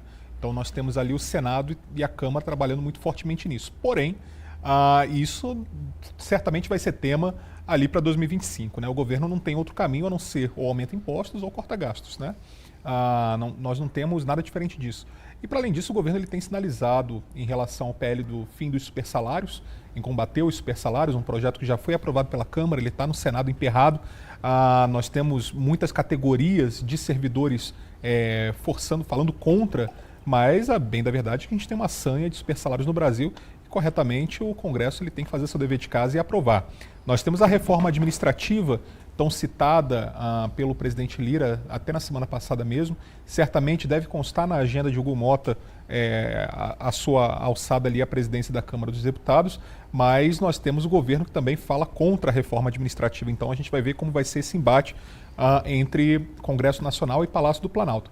Mas teremos aí de ver como vai se dar essa agenda. O Hugo Mota ele tem um perfil reformista, né? Uma continuidade do Arthur Lira. Certamente ele também vai querer deixar a sua marca, o seu registro enquanto presidente da Câmara, se eleito for, se confirmar esse favoritismo. Naturalmente, por ser alguém de perfil reformista, nós temos agora a iminência da reforma administrativa.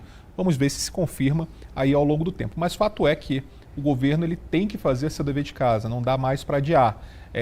O presidente Lula tinha uma reunião com seus ministros essa semana para falar sobre cortes de gastos, ele mesmo não quis falar. A gente tem observado ali uma briga entre o ministro do Trabalho, Luiz Marinho, e o próprio Fernando Haddad, o Luiz Marinho dizendo que no Ministério do Trabalho não se mexe, não se dá para cortar gastos ali dentro, mas o governo ele precisa se contentar do fato de que o Lula já não governa para um Brasil do início do século XXI.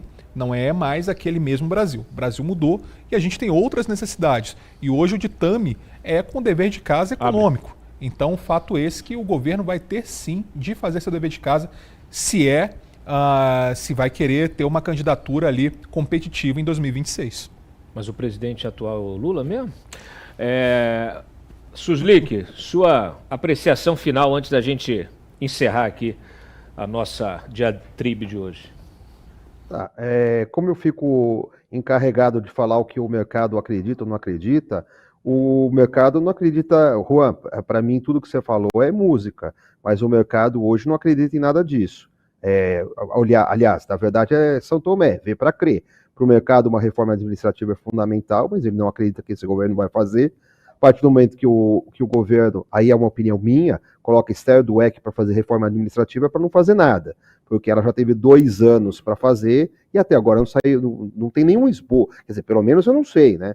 E ninguém sabe, né? Não saiu nenhum esboço de reforma administrativa, tá? A reforma administrativa que tinha sido proposta pelo governo anterior, por o mercado, estava excelente. Qualquer reforma administrativa, super salário, já ouvi essa história há muito tempo, e não é uma coisa que vai ter um impacto, vamos dizer assim, em termos de dinheiro enorme, mas em termos morais, excelente, né? Porque aí você pode falar assim, olha, eu mexi no andar de cima, então eu posso exigir que outras pessoas também contribuam. Então o super salário é fundamental, quer dizer, até é uma questão de ordem moral, ética, o que você imaginar. Então o mercado acharia isso ok, mas o mercado simplesmente o número, que você tem que mostrar aonde você vai cortar. O mercado é muito cartesiano. Então, olha, você precisa economizar 50 bi. Me mostra onde vai ser esses 50 bi. Não dá mais para essa história, olha, eu vou cortar fraude, vou cortar não sei o quê. Isso não existe mais, então tem que me mostrar. E aí vem a líder do partido e fala assim, olha, o mercado é malvadão, quer que tire disso, quer que tire daquilo. Não, o mercado não é malvadão coisa nenhuma, tá? O mercado quer que você fale de onde você vai tirar, pode escolher você. Não tem problema nenhum. Quer cortar de ministério, quer cortar o número de ministérios, quer cortar o que você quiser. O mercado não se preocupa, ele só quer que você não gaste mais do que você arrecada. Simples assim. É conta de padeiro, tá? Então, mas o mercado não vê nenhuma iniciativa. Eu vou mandar o pacote na segunda-feira, a reunião segunda de manhã. Nós já estamos na quarta-feira, né? E a gente não viu absolutamente nada, só mais uma promessa, mais uma empurrada com a barriga, agora vai para quinta, vai para sexta, a gente não sabe quando, e depois ainda vai fazer PEC, e aí vai para o Congresso, aí a gente não sabe se o Congresso vai aprovar, e por aí vai, tá? Aí acredita-se que o Congresso vai aprovar, aí no meio do caminho o Congresso vai mudar alguma PEC, ou vai vir o partido do governo que não vai aprovar, porque assim, eu acho que o Hugo Mota, Lira, etc e tal, são reformistas, mas o que eles vão fazer, e eu acho muito interessante, eles vão falar o seguinte, o governo mandou isso, eu quero 100% dos votos do partido do governo. Eles que têm que ficar com o ônus da aprovação de alguma coisa impopular. Aí começa aquela briga no Twitter dos líderes do partido do governo, acho que vocês podem falar muito melhor isso do que eu, né? Eu estou encerrando aqui e colocando essa batata para vocês comentarem, porque é isso que o governo tem que mostrar. Olha, eu que estou encampando isso. E qual deputado do partido do governo vai querer encampar esse monte de medida impopular? Porque cortar gasto sempre é impopular. Na minha casa, na casa de vocês, na casa de todo mundo. Né? Popular é levar todo mundo para passear e gastar à vontade. Né? Então, o mercado quer ver cortes. É Menos gasto. É engraçado, né? O pessoal fala, o mercado. Quando você olha para quem está falando, reclamando do mercado, taxando o mercado de bicho-papão, o mercado está lá negociando o seu próprio dinheiro, né? Eu fico assim, ninguém fala do bicho-papão do judiciário, que pagou 4,5 bilhões acima do teto. Esse debate sobre super salários, ele é um debate completamente escanteado da nossa pauta aqui, do Brasil, justamente por uma imprensa que parece que não tem interesse e sem tem salão, né? Em que avance. E sem tem salão, né? Pelo amor de Deus, fora todo... É curiosíssimo, né? Porque fora todos os escândalos recentes de um judiciário e de tribunais, o pessoal recebendo propina, vendendo sentença, você ainda tem super salários. Então, e esse dinheiro quem está pagando somos nós. Suslik, obrigado pela tua participação aqui mais uma vez, papo de altíssimo nível. Arthur, também, se quiser fazer uma apreciação final para encerrar aí com chave de ouro, fica absolutamente à vontade, tá? Obrigado, Claudio. Só para agradecer mais uma vez aí, o convite. É um prazer sempre estar com você. Eventualmente, você me chamou mais vezes, mas às vezes a agenda não bate, né? Mas estou à disposição, é sempre muito bom estar com vocês e com a audiência também. E é isso, vamos torcer, porque para mim o que existe claramente é um movimento global à direita. Isso acontece na Europa, isso tem acontecido nos Estados Unidos e é visível no Brasil a ponto da esquerda e Boulos e tantos outros começaram a dizer, olha, se a gente não abrir o olho, etc., abandonar certas pautas identitárias, esse oqueísmo, nós iremos perder a eleição violentamente. E, de fato, é o que está se mostrando e eu acho que isso é extremamente positivo. A gente tem que continuar mostrando nossa pauta, mostrando os efeitos econômicos na vida real das pessoas. Para fechar, eu sempre digo o seguinte, Cláudio, a esquerda, ela simplesmente, há muito tempo atrás, ela abandonou qualquer coisa a ver com a realidade e formou um grupo de ativistas que querem apenas colocar pautas intelectuais e novas ideias que precisam de uma certa higiene, inclusive, mas certas ideias na cabeça do povo do dia a dia. A única pauta realmente política que cuida do dia a dia das pessoas, que está preocupada com seus valores, tradição, o que eles pensam, a realidade da vida deles, é a direita. Isso é que tem feito a diferença no campo político, econômico e também geopolítico. Muito obrigado. Eu que agradeço, é sempre bom a gente aqui. O trabalho é diário. O pessoal que está nos assistindo aqui, pessoal, vocês já deram like no programa? Sentaram o dedo no like. Hoje a gente arrebentou aqui na audiência também com a presença... Deixa os meus amigos lá, não tira eles não, é isso. Com a presença aqui desse time de analistas aí, fantástico. O objetivo é sempre a gente estar não só consolidando esses valores, esses pensamentos, ampliando isso e fazendo esse cruzamento. Eu estou devendo para o Renato lá uma participação no Quinto Elemento, lá no Puxando o Fio. Vamos ver se a gente marca, Arthur, porque a gente precisa fazer realmente esse trabalho de cruzar as análises, a produção, a gente se ampliar, a gente fazer essa rede realmente de mídia independente, de direita, para que a gente possa furar o bloqueio narrativo, o bloqueio da mídia comercial, que está muito tracionada com essa agenda woke, infelizmente, e que impede as pessoas de conhecer a verdade, de entender como funciona o mundo e de saber como participar desse mundo, né? Então, todas as iniciativas nesse campo são fundamentais. Parabéns pelo trabalho que vocês desenvolvem também, tá bom? Contem sempre comigo aqui.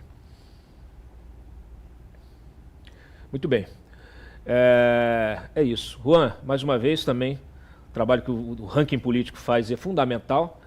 Entrega informação e dados, né, que são processados aí sempre na ordem do dia para que as pessoas entendam as políticas públicas que estão no debate, né? Então, fundamental também, sempre um prazer poder contar com a tua presença aqui. A honra é toda nossa, Cláudio. Como eu disse, você trabalhar com independência hoje é raridade no Brasil, né? A gente está imerso hoje numa situação muito complicada, claudicante, diria até. Mas poder falar livremente é a nossa máxima, esse é o nosso dever. O recado nos Estados Unidos foi muito claro em relação a isso, né? A gente não pode se prender a agendas que são impostas. A gente tem que ter altivez e poder falar aquilo que a gente acredita e poder reverberar isso, seja para o Brasil e para o mundo. Espero que os brasileiros, assim como fizeram nas eleições municipais também, daqui até 2026, continuem acompanhando. O Ranking dos Políticos serve justamente para isso. Acompanhe o seu parlamentar, veja o que eles estão fazendo, veja o que eles fizeram no verão passado, como eles estão se portando dentro do Congresso Nacional, mas para além do Congresso Nacional, verifiquem também seu governador, seu presidente da República, ministros de Estado. Esse é o nosso papel, fiscalizar acima de tudo, para a gente ter um melhor país aí, não só para a gente, mas também para as futuras gerações. Excelente. Bom, é isso aí. Nosso trabalho é ativar a tua cidadania, você entender como é que é a regra do jogo, e jogar junto, entender a política internacional, a política nacional, os bastidores, ter informações reais de bastidores. Meu compromisso aqui não é catequizar você de nada, não é convencer você de nada. Você que nos assiste, não importa qual ideologia que você acredite. Eu acredito numa sociedade próspera e livre, e eu sei o caminho que precisa ser trilhado para se alcançar essa sociedade. Aliás, é um caminho muito claro para todos nós. E também é muito claro o outro caminho, né, que defende pessoas que defendem o contrário, defendem a restrição de ideias, defendem o arbítrio, defendem a censura. Então, é isso. Quando a gente fala de gastos, aumento de gastos públicos, tem muita gente que defende aí sem saber, fica repetindo igual papagaio, dizendo, gasto é vida, gasto é vida. Não, senhoras e senhores, o gasto, ele sai do teu bolso. O Estado simplesmente está pegando o dinheiro que você produz, que você poderia estar usando no seu dia a dia, na sua vida, ele está tomando de você para fazer proselitismo político. Então, qual é a vantagem disso? Nenhuma. As pessoas têm que entender que quanto mais o Estado, quanto menos o Estado interferir na sua vida, quanto mais o Estado se dedicar a questões estratégicas para garantir, inclusive, a segurança nacional, para garantir segurança alimentar, energética, garantir questões de soberania, que esse é um outro tema importantíssimo para a gente tratar aqui. Toda hora a gente volta nesse tema, que é o único, talvez um dos únicos programas jornalístico, que você tem essa temática no dia a dia, né, aqui no nosso bate-papo, com entrevistados sempre de altíssimo nível, e você precisa entender de forma clara, ter lucidez nesse processo. Para de ficar batendo palma para maluco, tá? Para de ser um idólatra, pare de ser fã de lideranças populistas que só estão extraindo a tua riqueza e colocando no próprio bolso ou no bolso dos seus companheiros, tá? Então a gente precisa entender que o país, o Brasil, tem potenciais gigantescos, precisa estar mais voltado para si, para esses potenciais, para o desenvolvimento desses potenciais, rejeitando essa agenda ecochata, né, que está muito também impregnada no judiciário, está impregnada na política e que tenta deter o Brasil, tenta parar o Brasil, tenta impedir, congelar os nossos ativos econômicos. Para quem? Para quem? Os ativos econômicos são nossos, todos os países fazem uso desses ativos econômicos. O Brasil não, o Brasil está congelado, está parado, paralisado, impedido de usar os seus ativos econômicos. A gente está tendo que importar diesel, petróleo da Rússia, petróleo bruto e diesel da Rússia, fosfato, por exemplo, a gente tem reserva de fosfato, poderia estar sendo explorada aqui no Brasil, a gente poderia estar proporcionando uma expansão do agro, inclusive, e a gente dependente, o Brasil vai importar petróleo, né? Vai importar petróleo, voltar a importar petróleo, já importa um petróleo mais pesado, mas vai voltar a importar o petróleo para o combustível, para a gasolina. Por quê? Porque não se quer, tem essa agenda aí de impedir que a gente explore o petróleo também na margem equatorial aí. Então, assim, você percebe claramente, e cada vez isso precisa estar mais evidente, mais presente no debate público e na sua cabeça, nas suas conversas, o quanto essa agenda, que é essa agenda woke também, é uma agenda que te desvia do foco, né? Você gasta a sua energia mental, emocional, você briga com seus familiares, com os amigos, e gasta tempo da sua vida, tempo precioso. A maior riqueza que a gente tem é tempo. E você é obrigado a gastar o seu tempo com discussões inócuas, com discussões que não te levam a lugar algum. Então a gente precisa focar nossa energia naquilo que importa. É geração de emprego, é desenvolvimento do país, é crescimento tecnológico, científico, para a gente realmente colocar esse país do tamanho que ele precisa ter. E uma sociedade forte, robusta. Você viu aí, nesse debate sobre Trump, um ponto chave que a gente também discutiu aqui mais cedo nessa semana, até com a Paula Belmonte aqui, como é importante você investir em educação, porque só uma educação vai garantir profissionais qualificados que vão gerar valor, que terão bons salários, que conseguirão pagar mais impostos, e isso vai ser revertido para sustentar uma previdência. Se você não qualifica essas pessoas, você não investe em educação, se você permite que as pessoas vivam na base do auxílio, da bolsa, o que vai acontecer? Uma hora esse sistema quebra, uma hora não adianta aumentar impostos, aumentar sem parar, uma hora quebra, fora o atraso nacional. O Brasil fica absolutamente na rabeira do resto do planeta. Então, é isso. Aqui não é só jornalismo, aqui é uma aula de cidadania. O meu objetivo aqui é compartilhar com vocês esse pensamento, essa experiência e todas as suas nuances, mostrar que a realidade ela é feita de várias camadas e você precisa descascar essa cebola para entender o que está realmente no núcleo dela, onde está de fato o poder, de onde emana esse poder. Então, agradeço sempre a audiência de vocês, compartilhem o nosso conteúdo, a gente se vê amanhã meio-dia. Tchau. As redes sociais deram voz a uma multidão de pessoas que despertaram para a política e que querem cada vez mais participar dela, dar sua opinião, cobrar das autoridades o bom uso dos recursos dos nossos impostos. Essas autoridades, porém, não querem ser cobradas, temem ser destronadas de seus palácios. E não adianta xingar nem ofender. Então, o que fazer? Como exercer a cidadania com responsabilidade e eficácia? Bom, para isso, primeiro você precisa se informar bem, estudar, conhecer os meandros da República, o caminho das pedras. Meu nome é Cláudio Dantas, eu sou jornalista e passei os últimos 25 anos denunciando irregularidades e trazendo à tona os bastidores do poder.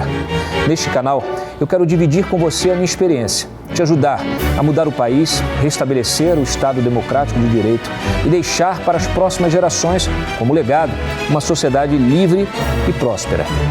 E eu não estou sozinho.